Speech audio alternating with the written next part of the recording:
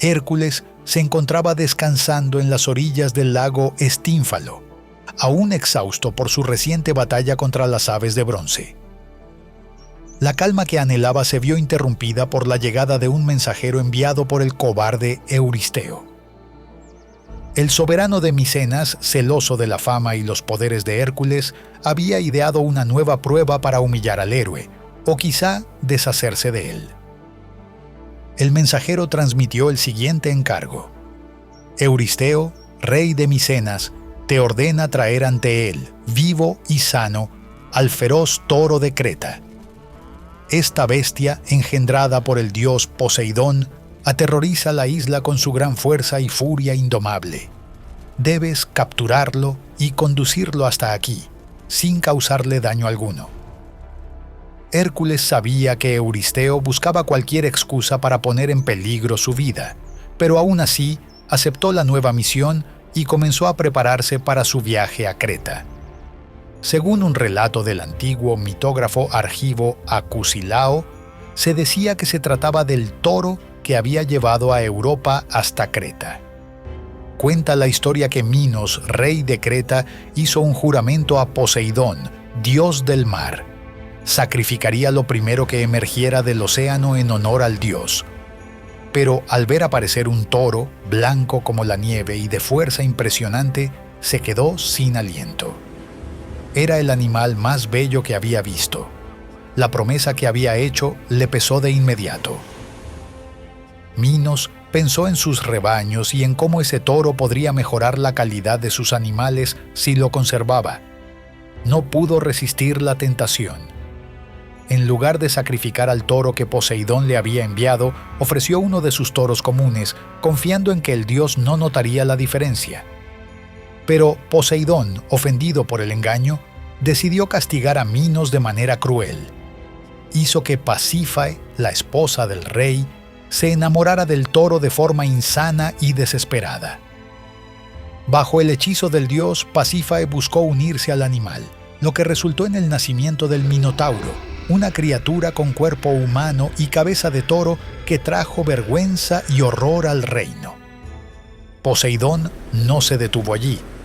Enfurecido, transformó al majestuoso toro en una bestia feroz y descontrolada. El animal, antes pacífico, enloqueció, atacando todo lo que se movía, con sus ojos brillando de rabia y su aliento ardiendo como si contuviera las llamas del infierno. El toro se convirtió en una pesadilla para Creta, arrasando con todo a su paso, y Minos, impotente, solo pudo observar cómo su decisión egoísta desataba el caos en su tierra. Por lo tanto, Hércules sería el único que podría enfrentar a esta bestia. Se dirigió al puerto, donde encontró un barco que zarpaba hacia Creta esa misma tarde. El capitán reconoció al instante al famoso héroe. Curioso, le preguntó: «Pero dime, ¿qué te lleva a Creta?» «Voy en busca del toro», respondió simplemente. El capitán palideció. «¿El toro de Minos? Que los dioses te protejan, amigo mío». Y procedió a contarle todo lo que sabía sobre el toro. Sin embargo, eso no intimidó al héroe. El viaje duró 3 días y 3 noches. El barco atracó en el puerto de Cnosos. Hércules descendió por la pasarela, sus pies tocando por fin suelo cretense. Sin tiempo que perder, se dirigió hacia el palacio de Minos. El rey, al saber que el héroe estaba en su tierra, lo recibió con cierta desconfianza. Minos conocía bien la fama de Hércules y sabía que atrapar al toro era casi un milagro. Aún así, veía en el semidios la oportunidad de deshacerse de una criatura que había traído tanto caos a su reino. Sin embargo, su miedo fue tal que se negó a ayudar al héroe, dejándolo enfrentar solo a la bestia. Mientras caminaba por la ciudad, Hércules notó el desastre que había dejado el monstruoso animal. Árboles caídos, casas destruidas y sangre por doquier.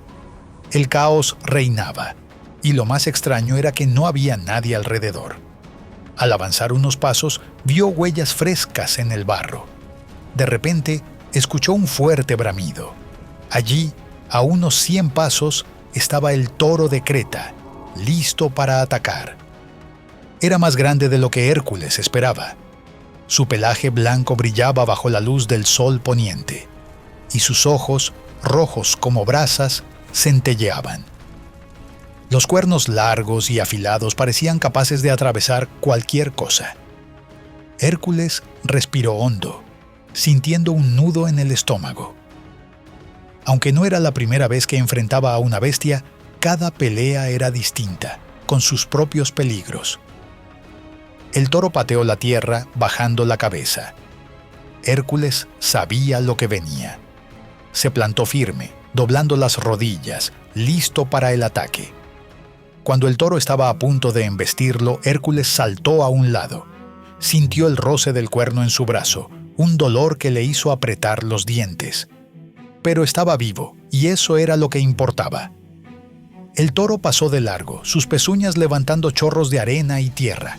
Se giró, bufando, pero sus ojos no se apartaban de Hércules. El héroe se puso de pie, ignorando el dolor en su brazo. La sangre goteaba de la herida, pero aún así siguió. «Vamos, bestia», murmuró Hércules sin apartar la mirada del toro. «Ven por mí». Como si hubiera entendido el desafío, el toro volvió a atacar. Esta vez, Hércules no se movió. Esperó, listo para actuar.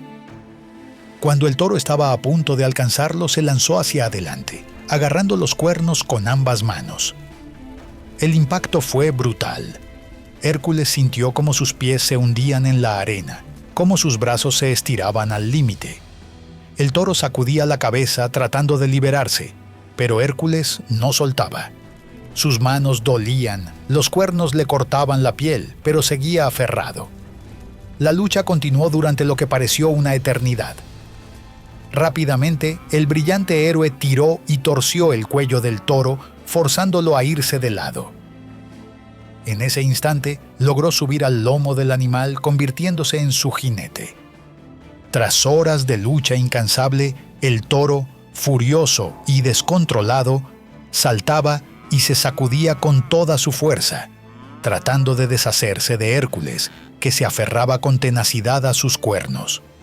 Cualquier persona habría sido lanzada al instante, pero Hércules, decidido a cumplir su tarea, se mantuvo firme en el lomo del animal, resistiendo hasta que el agotamiento comenzó a pasarle factura al toro. Finalmente, sin fuerzas, el toro cayó al suelo. Fue entonces cuando Hércules, aprovechando la oportunidad, le colocó un anillo de hierro en las narices, domando al fin a la bestia. Con el toro capturado, Hércules regresó a Micenas con el temible animal. Diodoro señala que cruzó el mar hasta el Peloponeso montado en su lomo. Como haya sido, Hércules se presentó ante Euristeo con el toro, tal como lo había pedido. Vivo. El rey, asombrado por el increíble logro de Hércules, pero reacio a reconocerlo, recibió con malestar al feroz toro. Tras entregar la bestia, Euristeo, para demostrar fidelidad, dedicó el éxito a Hera. Pero le salió mal la jugada, ya que la diosa lo rechazó por su odio hacia Hércules y liberó al toro en Grecia.